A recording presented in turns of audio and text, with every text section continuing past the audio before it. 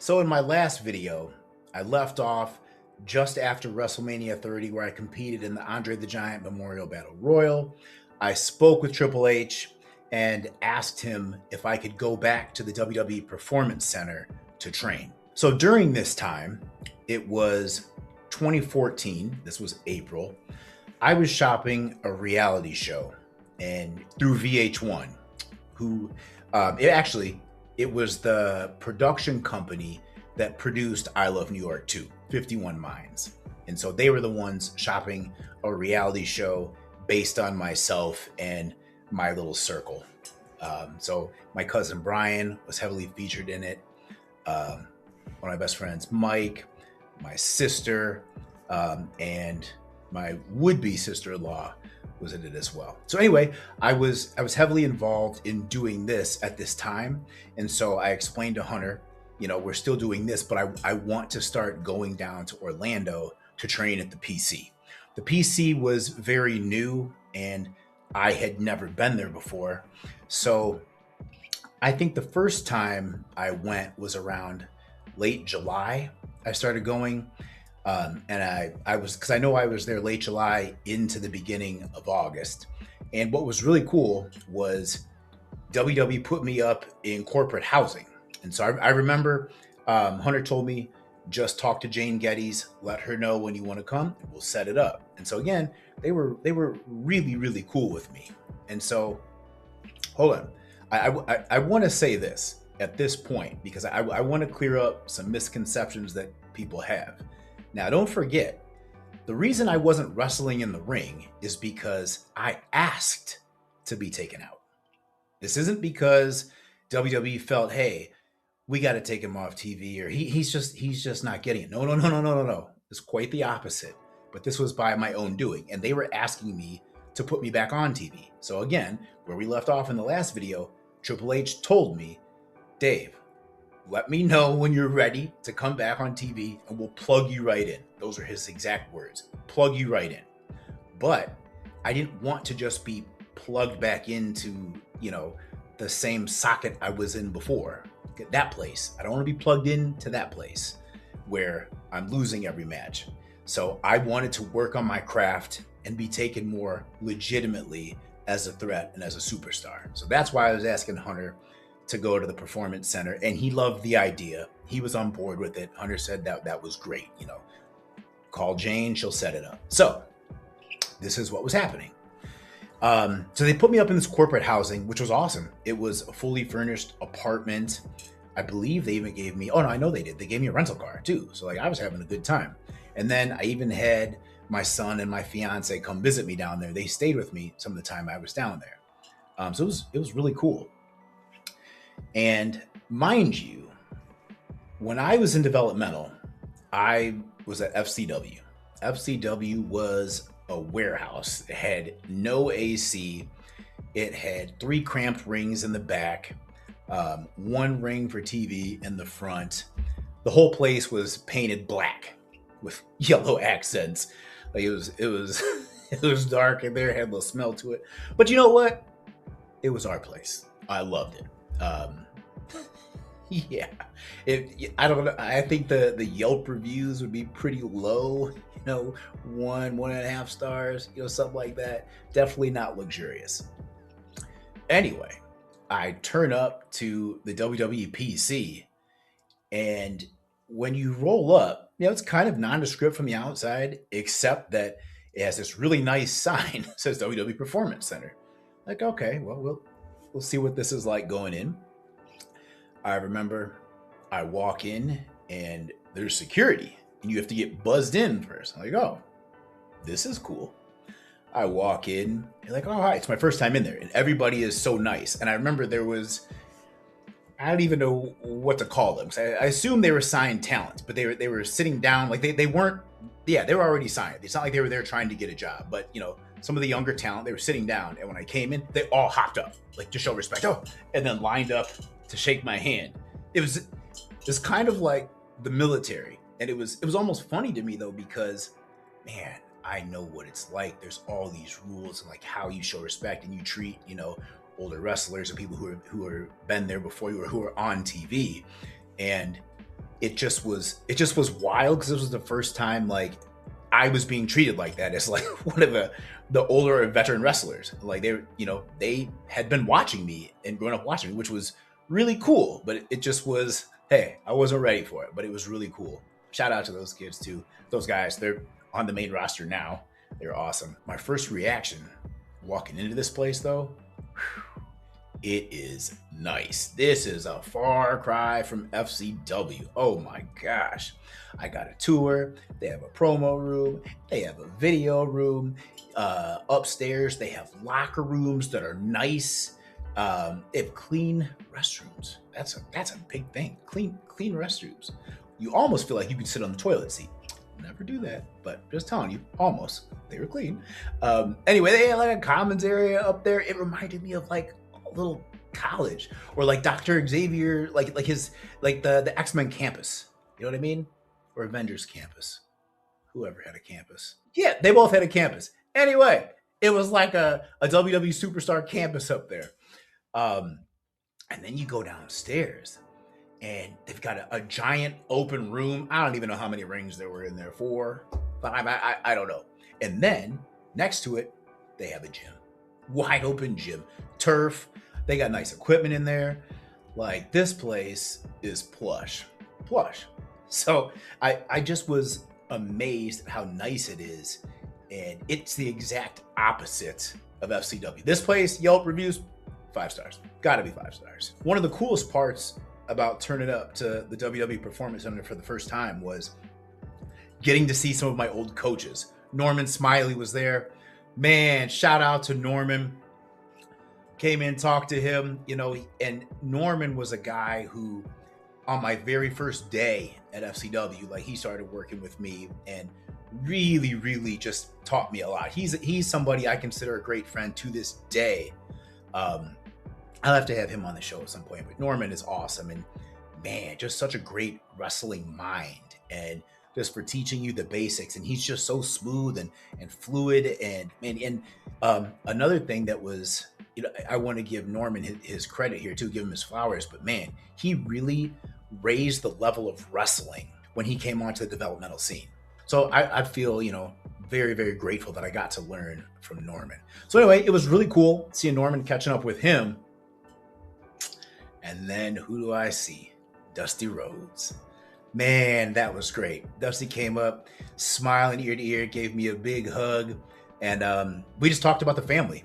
I remember, he was saying like how proud of me he was. He liked my work, and he knew the backstory actually. I think about why I wasn't on TV, which was interesting because most people at that time didn't know. Because Norman and we had caught up a little bit. He had asked me also, "Were you injured?" And I said, "No, I have to tell you about it later, brother." But Dusty, I got the feeling kind of already knew. Because he was telling me, he was asking me about the family and stuff, and don't forget, he knew myself, my fiance, and even was there at the time when my son was born in FCW. And I remember he had me, which is another cool story I never told about Dusty, but I remember he had me cut a babyface promo for FCW TV right after my son was born, and I want to say that was like my very first promo on FCW TV. I think it was. I'm pretty sure I hadn't debuted yet on there, but that was one of the very first things I did, and it was, just talking about how great it was to be a father for the first time. And I remember Dusty was right there coaching me, and for some reason this stood out to me. But I was supposed to put over with intensity, but as a babyface, how much drive I have now to succeed being a father. And I think I said something to the effect of, and I don't care who the hell stands in or who the hell I have to go through. Now, his note was, that was fantastic. On the promo, he goes, "I don't think you need to cuss. I don't think you need hell in there." And the thing is, he was absolutely right. Which is weird because it's not even a word I use all the time, but for whatever reason, in my character, I thought it fit the promo, but that was his note, and and we took it out, but it was great, and it was just cool, how he always had a vision for me, who the real person was, and was trying to bring that out through my character. But just a small little anecdote I remember. Anyway, so back to this day in 2014, talking with Dusty and just catching up, telling him about the family and everything. And again, like he tells me, and he's like, if there's ever anything you need, let me know. So it was cool. It was really cool. During these times, I would go work out when I showed up. And so I went into the Performance Center's gym, state of the art, Rogue machines. It was great.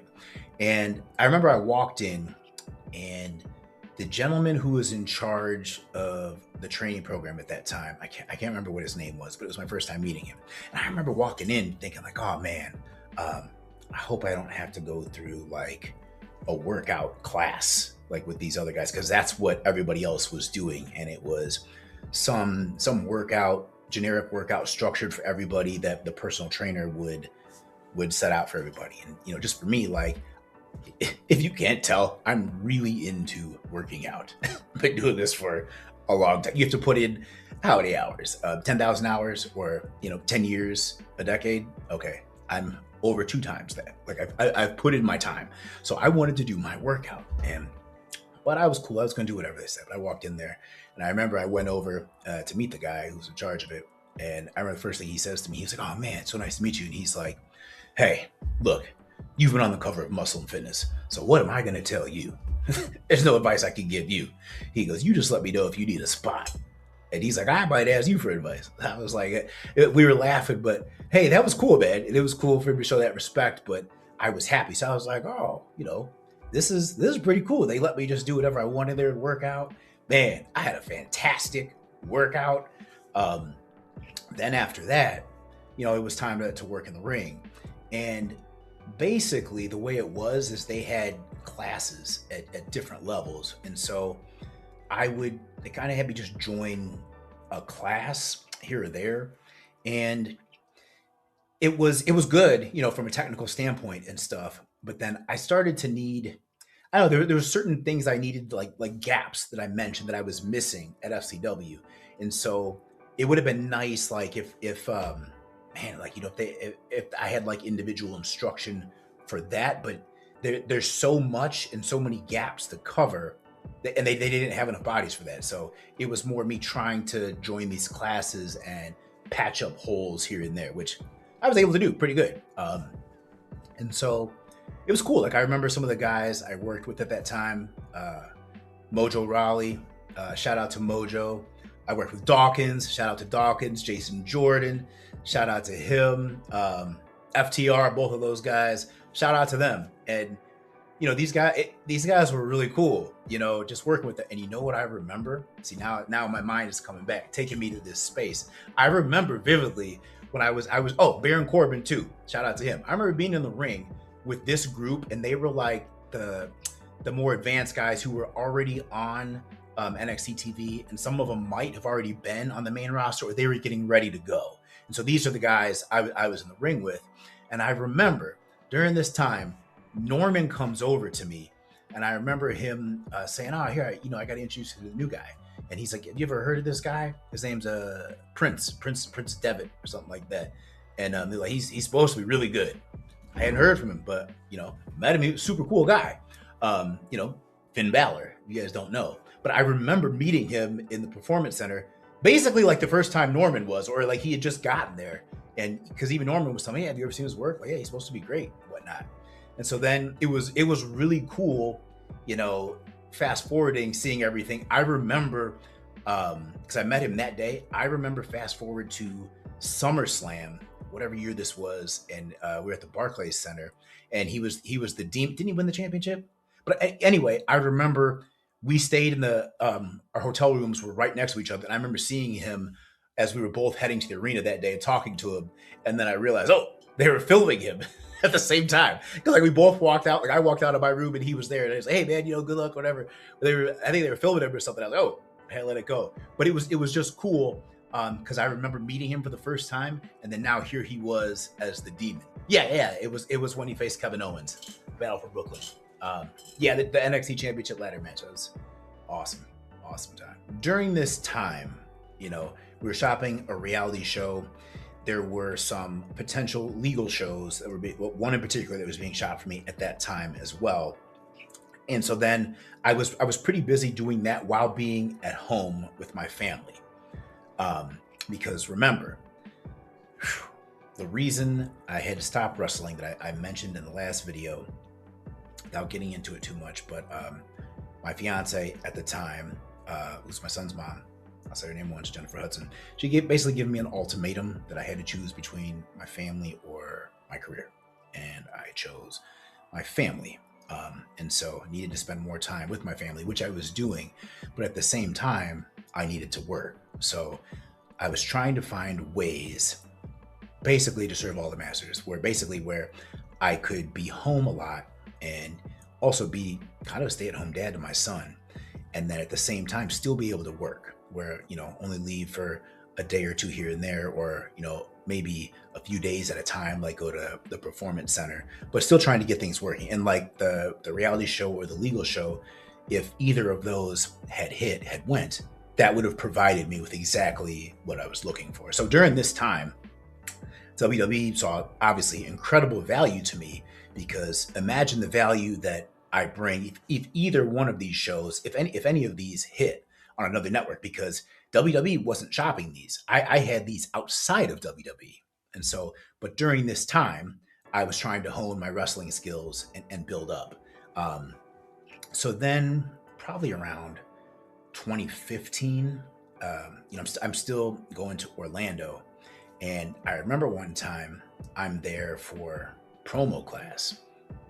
And the cool thing is like they respected me so much. They let me do whatever I want. I could participate or I didn't have to. And so I remember William Regal was running it, and I knew him from my time on the road, on the main roster. And so, we got we're good friends. He's always respected me, vice versa. And I remember him telling me, well, David, you don't have to participate if you don't want to. And I said, okay, all right, thanks. I'll watch. And so I remember I watched the entire promo class. They're all right. They're all right. And then I remember Enzo Amore waited to go last. And this was one of my first times seeing him or hearing a promo. And man, right away, he was interesting. And he cut a great promo. By far, it was the best one in the class. And he ended with whatever their line was, bada boom, realest guys in the room. Whatever it was, right? They're about to be done. And so I just stood up, and because I wanted to go last. So I just stood up after that and walked up and to do my promo. And I said something to the effect of, realest guys in the room, huh? Well, they say real recognize real. But how come I don't recognize anybody in here? And then I said something to the effect of, I look around and I see this beautiful training facility you got. You got a full gym back there, turf, machines. You got 4 rings. You got a sauna, recovery area, promo room, cafeteria upstairs, living in the lap of luxury. And you know why? Because it's all thanks to me. That's right, I built this place. I built NXT. All of you are basically my children. So when you go to sleep tonight and you pray and you're happy to be here in NXT, you should be thanking me. You're welcome. Actually, it was probably better than that, but it was something to that effect. Something like that. Then William Regal looks right at Ryan Katz and says, send that one to the office, please. Eventually, then I started doing the Raw pre-show not too long after that, and Enzo and Cass came up on the road, and we had some kind of segment, I don't know, that Enzo was shooting at me, but I feel like it has something to do with this promo. He was shooting at me, but I don't think he understood that, the role Graves and I had, we're not allowed to really shoot back at you. We could, but that isn't, there's a point where we're supposed to just kind of take the jabs or whatever, let the talent get over. So I wasn't really a talent, couldn't go back with it with a promo battle, which would have been cool.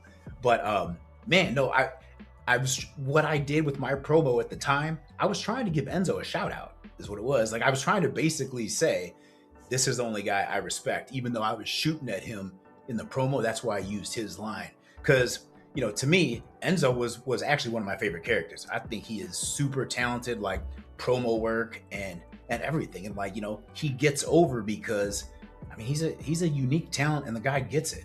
And, so shout out to him. I've had the opportunity to work with him in Fourth Rope, man, reconnect with him, which has been dope. And he's super talented. Like I said, man, he's killing it over there, the flyweight champion. So make sure you check him out. He's the real one. But, shout out to you, real one. Definitely dope. Cool memory. By the way, hey, no heat, man. I was trying to give you your praise back that is saying, actually you were the only one I respected. Real recognized real, you were the only other real one in the room. WWE had one of these mass layoff days where they released a bunch of talent all on the same day. And now at the time, obviously, I felt like my job was pretty secure. So on this particular day, I had an audition. And I show up for the audition. And I remember pulling up in my car. And right before I got out of my car, my phone rang. And I looked at it. It's Mark Carrano. My heart stopped. Now, normally, I wouldn't be nervous if Mark Carrano was calling me. But on this day, of all days, when they've been releasing talent all day, a mass firing, why is Mark Carrano calling me on this day of all days? So now, I'm getting a little paranoid because now, I thought my job was secure, but because I do have quite a bit of value outside of WWE. I tried to tender my resignation twice. They would not let me do it. But this is the kind of thing that they would then do. Don't let me quit just to turn around and then fire me. Like, those are the kind of mind games that I could see them playing. Or on the other hand, maybe they're letting me go because I have been so successful outside of this and I have so many potential projects that could take off. So maybe they're like, oh, let's let him go do his thing for budgetary reasons. So I'm trying to make sense of this. However, I'm about to go upstairs for an audition. So I just declined Mark Carrano's call. And I'm like, I'll deal with this after. I go upstairs. I try to compartmentalize, block that out. I do the first take, and it's before I even start the second take. My phone rings again. It's Mark Carrano. Again, I decline it, but now I'm nervous. I'm understandably nervous. I try to do my best to get through the audition, but it's tough. Then I go downstairs, take a deep breath. I'm like, all right. I called him back. So I call Carrano back, and I'm just waiting to hear what he's gonna say. And he picks up, and he's like, well, hey, Dave. And he says something like, it's a rough day. I'm like, here we go. Get to it. What is it? And then he says something like, well, your contract's getting ready to come to an end. And, Vince has this idea. He'd like to try you out as an announcer. He's like, so we're thinking about giving you over to Michael Cole. He's like, because honestly, creative has been, going back and forth on some ideas, and Vince would really like to try this. So we're going to turn you over to Michael Cole. I didn't even know what he was talking about. I'm like, what? He said, yeah, well, Michael Cole's in charge of the announcers. And so Vince has an idea, and, he wants to see what you would do, how you would do, as a commentator or something. And Michael Cole said the same thing. And so, he'd love to work with you. And, if you're interested, he's going to be giving you a call. And so I said, okay, all right. I'm interested. And so he said, Michael Cole will be giving me a call. And sure enough, it was later on that evening. I was in the gym, of course. And I remember getting a call from Michael Cole. I remember where I was.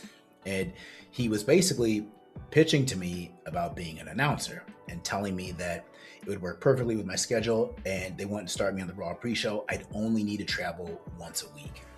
And it sounded good. I remember telling him, announcing, maybe like after I retire, but like I still want to get back in the ring.